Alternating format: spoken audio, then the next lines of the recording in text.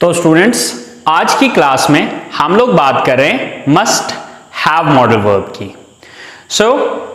आज की क्लास के अंदर सबसे पहली जो चीज हम सीखेंगे वो ये चीज समझेंगे कि हम मस्ट हैव मॉडल वर्ब का इस्तेमाल किस तरह के सेंटेंसेस में करते हैं, यानी कि किस पर्पस के लिए इसका इस्तेमाल किया जाता है।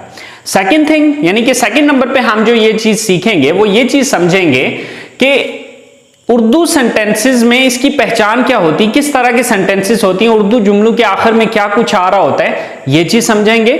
और थर्ड नंबर पे हम ये चीज सीखेंगे कि अब हमें ये तो पता चल गया कि उर्दू सेंटेंसेस किस तरह के होते हैं, तो अब उनको इंग्लिश में ट्रांसलेट हमने किस तरह से करना है। अस्सलाम वालेकुम, welcome to my YouTube channel knowledge for students. Students, today we are starting the class number 56, and in today's class we're going to talk about must have modal verb. So students, class शुरू करने से पहले अगर अभी तक आप लोगों ने मेरे चैनल को सब्सक्राइब नहीं किया तो प्लीज सब्सक्राइब के बटन पे क्लिक कर दें। अगर आपको मेरी वीडियोस पसंद आ रही हैं और अगर आप इनसे कुछ सीख रहे हैं तो प्लीज लाइक एंड शेयर के बटन पे क्लिक कीजिए। और अगर आपको कोई भी कंफ्यूजन होता है या कोई चीज समझ नहीं आती तो प्लीज आप लोग कमेंट्स बॉक्स में जाके कमेंट्स कर सकते हैं। तो चलें स्टार्ट करते हैं हमारी आज की क्लास। तो स्टूडेंट्स, आज की क्लास में हम लोग बात कर रहे हैं मस्ट हैव मॉडल वर्ब की। आज की क्लास के अंदर सबसे पहली जो चीज हम सीखेंगे वो ये चीज समझेंगे कि हम मस्ट हैव मॉडल वर्ब का इस्तेमाल किस तरह के सेंटेंसेस में करते हैं, यानी कि किस पर्पस के लिए इसका इस्तेमाल किया जाता है। सेकंड थिंग, यानी कि सेकंड नंबर पे हम जो ये चीज सीखेंगे वो ये चीज समझेंगे कि उर्दू सेंटेंसेस में इसकी पहचान क्या होती है, किस तरह के सेंटेंसेस होती हैं, उर्दू जुमलों के आखिर में क्या कुछ आ रहा होता है, ये चीज समझेंगे। और थर्ड नंबर पे हम ये चीज सीखेंगे कि अब हमें ये तो पता चल गया कि उर्दू सेंटेंसेस किस तरह के होते हैं, तो अब उनको इंग्लिश में ट्रांसलेट हमने किस तरह से करना है, राइट। तो ये चीज आज की क्लास में हम सीखेंगे। तो चलिए स्टार्ट करते हैं। So must have modal verb का जो यूज किया जाता है, it is used to express strong necessity और strong advisability in the past, कि गुजरे हुए वक्त में अगर आपने किसी की स्ट्रॉन्ग नेसेसिटी यानी कि स्ट्रॉन्ग जरूरत को बयान करना है या अशद जरूरत को बयान करना है, या फिर स्ट्रॉन्ग एडवाइजेबिलिटी या फिर किसी को नसीहत करनी है जो कि स्ट्रॉन्ग एडवाइजेबिलिटी हो, ठीक है, तो इस तरह के सेंटेंसेस के लिए हम मस्ट हैव मॉडल वर्ब का यूज करेंगे। ओके, अच्छा, उर्दू जुमलों में इसकी पहचान क्या होगी, कैसे पता चलेगा कि यहां पर हमने मस्ट हैव मॉडल वर्ब का यूज करना है। तो आपने ये चीज देख लेनी है कि उर्दू जुमलों के अंदर अगर जरूर, लाजमी और हरगिज और आखिर में चुका होगा, चुकी होगी, चुके होंगे या ना चाहिए था, नी चाहिए थी और ने चाहिए थे वगैरह आता हो, राइट। पहली चीज कि उर्दू जुमलों के अंदर जरूर, लाजमी और हरगिज ये चीज आनी चाहिए, प्लस साथ चुका होगा, चुकी होगी, चुके होंगे या ना चाहिए था, नी चाहिए थी, ने चाहिए थे वगैरह आ रहा हो। यानी कि चुका होगा, चुकी होगी, चुके होंगे अगर आए तो समझ लें स्ट्रॉन्ग नेसेसिटी को बयान कर रहे हैं। अगर ना चाहिए था, नी चाहिए थी और ने चाहिए थे वगैरह आ रहा हो तो वो एडवाइजेबिलिटी में आ जाएगा। अच्छा, बहुत सारे स्टूडेंट्स के माइंड के अंदर ये चीज आ रही होगी कि सर गा, गी, गे तो फ्यूचर के सेंस में इस्तेमाल होता है या इसका इस्तेमाल तो फ्यूचर के लिए किया जाता है। तो यहां पर आप ये चीज कह रहे हैं कि हम इसका इस्तेमाल करेंगे किसमें, पास्ट में। तो स्टूडेंट्स ये चीज याद रखिएगा कि जरूरी नहीं है कि गा, गी, गे वगैरह जो है वो फ्यूचर में ही आता है, इसका इस्तेमाल पास्ट में भी किया जाता है, ठीक है। जैसे कि मैं कहता हूं कि वो घर पहुंच चुका होगा, वो जरूर इस वक्त घर पहुंच चुका होगा। तो अब अगर इस सेंटेंस को देखें तो ये फ्यूचर के बारे में तो कोई बात नहीं कर रहा, ये तो पास्ट की बात कर रहा है कि वो पहुंच चुका होगा। तो अगर वो पहुंचा होगा तो हो सकता है 2 मिनट पहले ही पहुंचा होगा, लेकिन जो पहुंचा है वो पास्ट में पहुंचा होगा ना, ठीक है। तो चुका होगा, चुकी होगी और चुके होंगे वगैरह, और जरूरी नहीं है कि चुका होगा, चुकी होगी, चुके होंगे ही आएगा, इसमें अलिफ होगा, अलिफ होगी, सॉरी छोटी ये होगी और बड़ी ये होंगे वगैरह भी आ सकता है। किस तरह से, जैसे कि वो खाना खा चुका होगा या उसने खाना खा लिया होगा। अब देखें, एक में लिया होगा एंड पे आ रहा है, एक के एंड पे चुका होगा आ रहा है, तो मतलब तो सेंस तो दोनों एक ही चीज का दे रहे हैं, ठीक है। तो इसमें ये चीज समझ लेनी है कि चुका होगा, चुकी होगी, चुके होंगे भी आ सकता है, अलिफ होगा, छोटी होगी और बड़ी होंगे वगैरह भी आ सकता है, ठीक है। लेकिन यहां पर यह चीज याद रखनी है कि जरूर, लाजमी और हरगिज अगर साथ होगा तो तब ये मस्ट हैव में बनेगा। अगर ये जरूर, लाजमी और हरगिज का लफ्ज साथ नहीं आ रहा तो इट मींस कि ये मस्ट हैव मॉडल वर्ब का सेंटेंस नहीं है। इसी तरह से ना चाहिए था, नी चाहिए थी, ने चाहिए थे, अगर ये सेंटेंस के एंड पे आ रहा है, ठीक है, और इसमें जरूर, लाजमी और हरगिज जैसे लफ्ज नहीं आ रहे तो समझ लें कि वो शुड हैव मॉडल वर्ब है, ओके। लेकिन अगर स्ट्रॉन्ग एडवाइजेबिलिटी है, मिसाल के तौर पे देखें, मैं आपको कहता हूं कि आपको कॉलेज जाना चाहिए था। अब देखें इस सेंटेंस के अंदर जरूर या लाजमी या हरगिज में से कुछ भी नहीं आया तो इट मींस कि ये शुड हैव का सेंटेंस होगा। लेकिन अगर मैं कहता हूं कि आपको जरूर कॉलेज जाना चाहिए था, तो अब इसमें देखें कि जुमले के अंदर जोर दिया जा रहा है, जरूर का वर्ड आया है, ठीक है। तो यहां पर फिर आपने समझ आना कि ये मस्ट हैव मॉडल वर्ब का सेंटेंस है। तो आई होप सो आपको ये चीज समझ आ गई होगी कि मस्ट हैव मॉडल वर्ब की उर्दू में क्या पहचान होती है।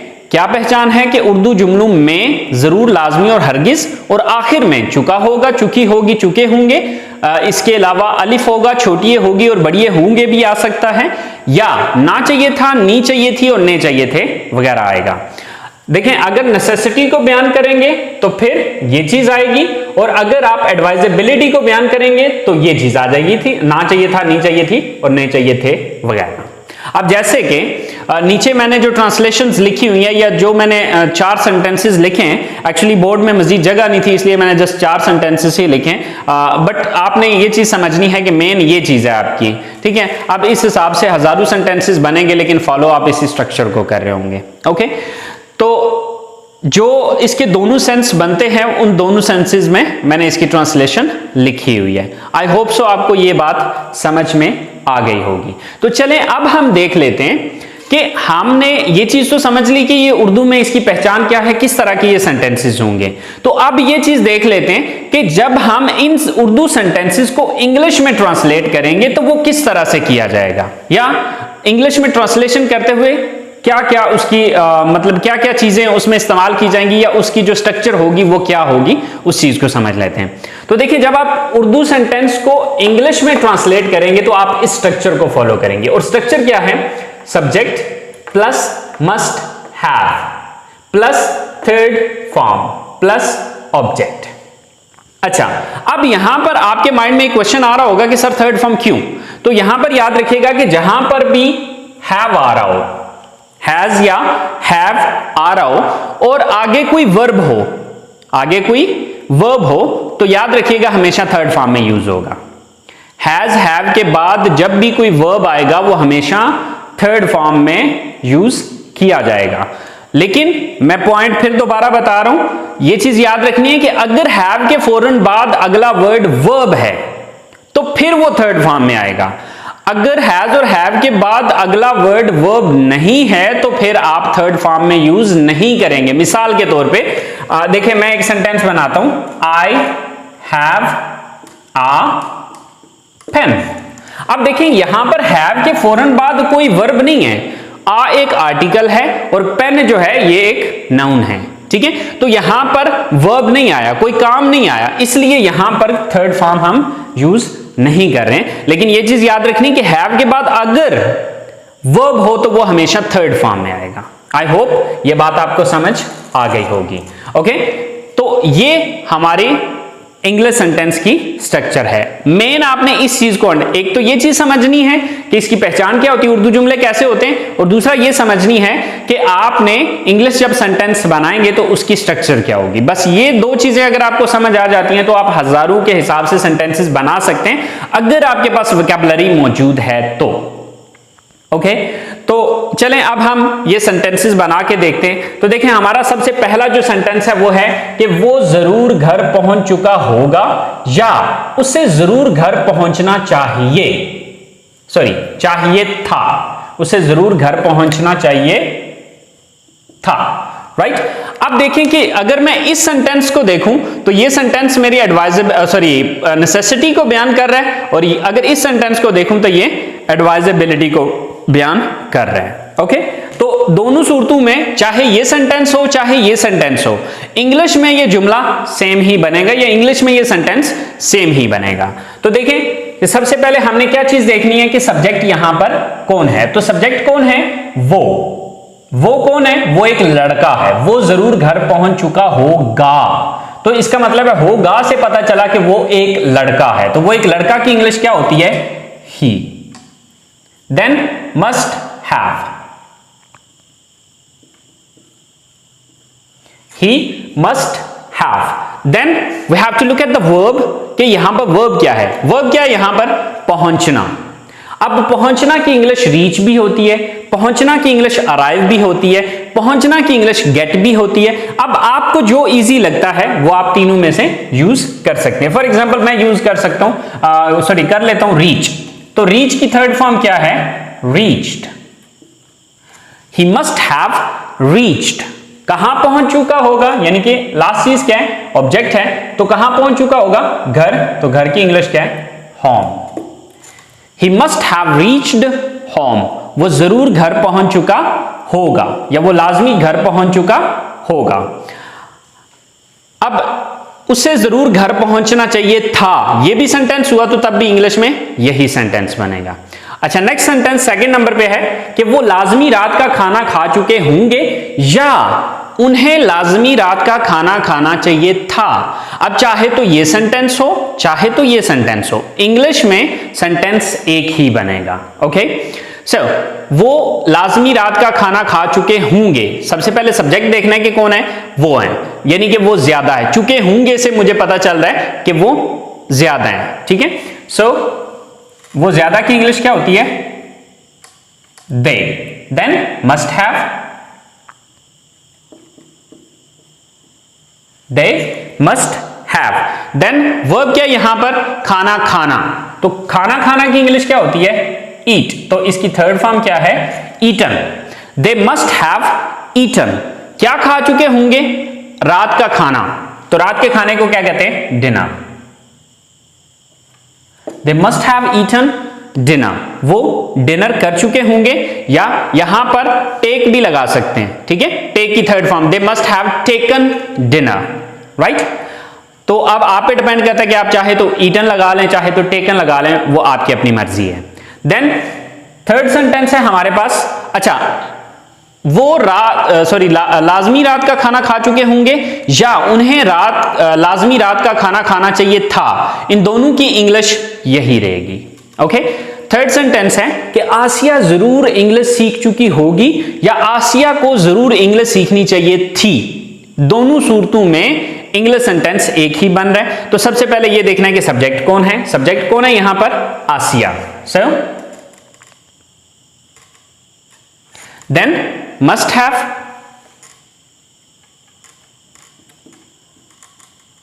आसिया must have। Then third form यानी कि वर्ब देखना है, वर्ब क्या है यहां पर, सीखना, learn। तो learn की थर्ड फॉर्म क्या होती है, learned। Asia must have learned, क्या सीख चुकी होगी, ऑब्जेक्ट क्या है, English. So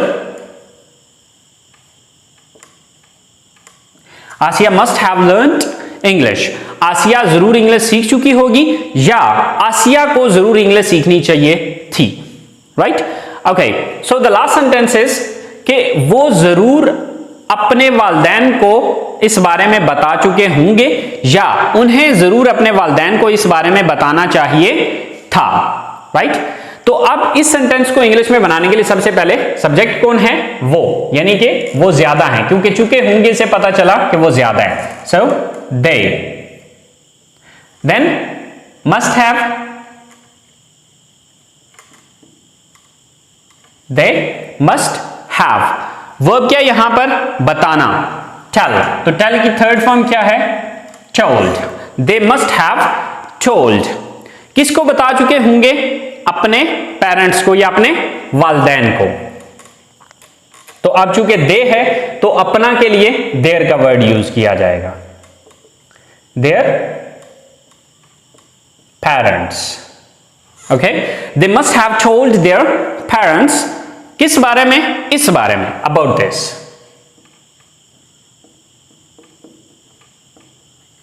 so they must have told their parents about this, वो जरूर अपने वालिदैन को इस बारे में बता चुके होंगे, राइट। तो स्टूडेंट्स ये है हमारे मस्ट हैव मॉडल वर्ब के positive sentences. I hope so आपको पॉजिटिव सेंटेंसेस की समझ आ गई होगी कि ये किस तरह से बनाए जाते हैं, इसकी पहचान क्या है। ठीक है, ये सारी चीजें आई होप सो आपको क्लियर हो चुकी होंगी। तो चलें अब हम बात करते हैं इसके नेगेटिव सेंटेंसेस की। सो स्टूडेंट्स, अगर आपने इन्हीं सेंटेंसेस को नेगेटिव में लेके जाना है, नेगेटिव का जैसे कि आपको ऑलरेडी पता है कि नेगेटिव सेंटेंसेस हम उन सेंटेंसेस को कहते हैं जिसमें नहीं का लफ्ज इस्तेमाल होता है। ओके, सो आपने यहां पर यह चीज याद रखनी है कि जहां पर भी हमारे पास दो हेल्पिंग वर्ब या मॉडल वर्ब आ रहे हो तो हम फर्स्ट के बाद नेगेटिव बनाने के लिए नॉट लगा देते हैं। जैसे कि हमारे पास यहां पर मॉडल वर्ब क्या आ रहा है, मस्ट हैव। तो जब हम इसका नेगेटिव सेंटेंस बनाएंगे तो हम क्या करेंगे, मस्ट के बाद नॉट लगा देंगे। बाकी सारे की सारी स्ट्रक्चर वही है, कोई लंबी चौड़ी कहानी कोई नहीं, लोग कोई लंबा चौड़ा तीर नहीं मार रहे हैं, सिर्फ और सिर्फ नॉट का इजाफा कर रहे हैं। क्योंकि जिस तरह से हम उर्दू जुमले के अंदर सिर्फ नहीं का इजाफा करते हैं, इसी तरह से इंग्लिश सेंटेंस के अंदर हम सिर्फ नॉट का इजाफा करते हैं, दैट्स इट। और कोई लंबा चौड़ा चेंज नहीं, कोई लंबी चौड़ी कहानी नहीं है। ठीक है, सो फॉर एग्जाम्पल, वो हरगिज घर नहीं पहुंच चुका होगा या उसे हरगिज घर पहुंचना नहीं चाहिए था, राइट। तो ये सेंटेंस अगर आप बनाते हैं तो इसके लिए आपने क्या करना है, मस्ट के बाद नॉट लगा देना है, बाकी और कोई काम नहीं करना। बाकी सारे का सारा सेंटेंस वही है जो कि ऑलरेडी हमने बनाया हुआ है।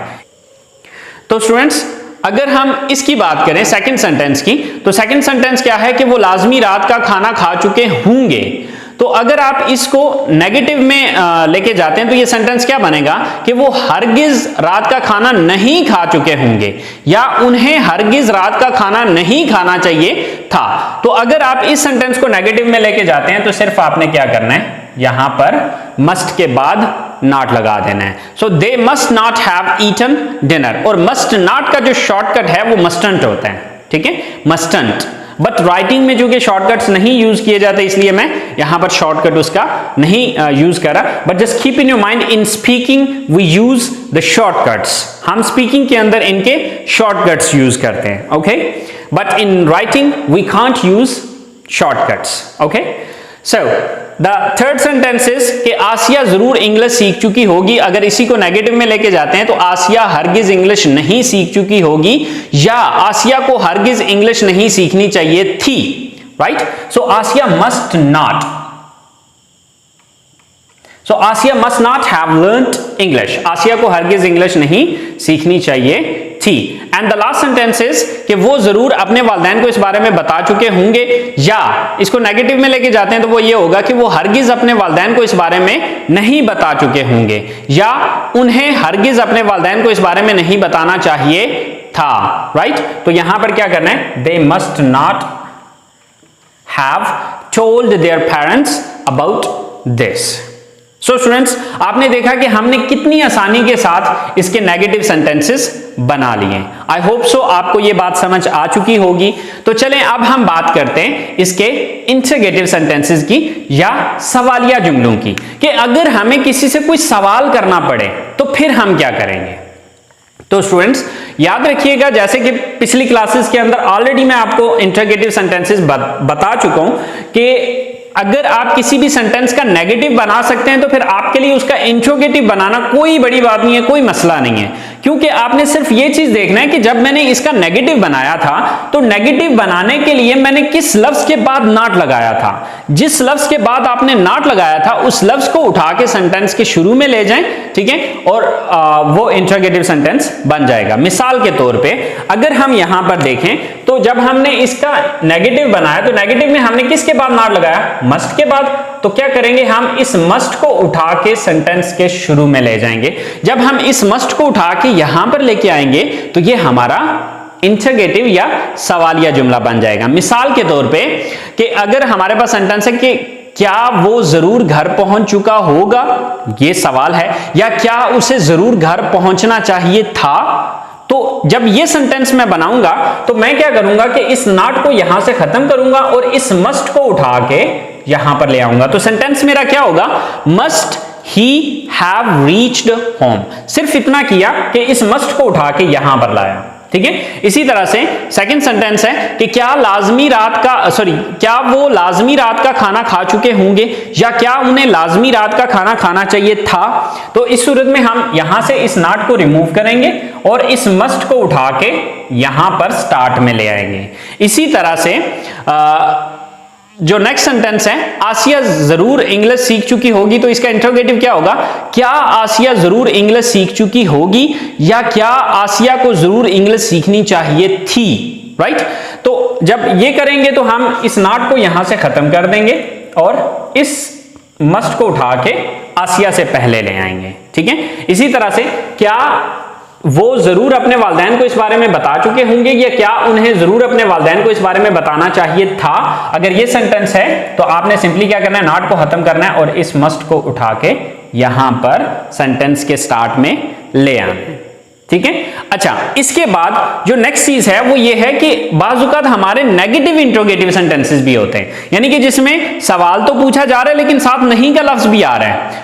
मिसाल के तौर पे, क्या वो जरूर घर नहीं पहुंच चुका होगा, क्या वो हरगिज घर नहीं पहुंच चुका होगा।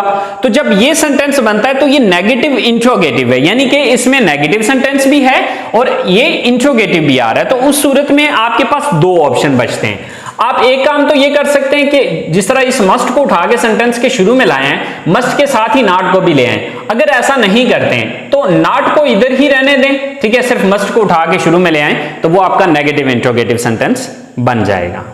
आई होप सो स्टूडेंट्स, आपको मस्ट हैव मॉडल वर्ब की समझ आ चुकी होगी।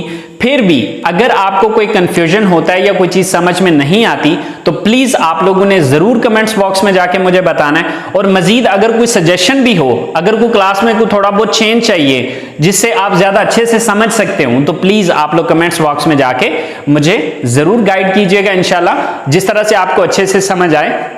मेरा मकसद है आपको समझाना, ओके। तो नेक्स्ट क्लास तक के लिए मुझे इजाजत दीजिए, दुआओं में याद रखिएगा। अल्लाह हाफिज।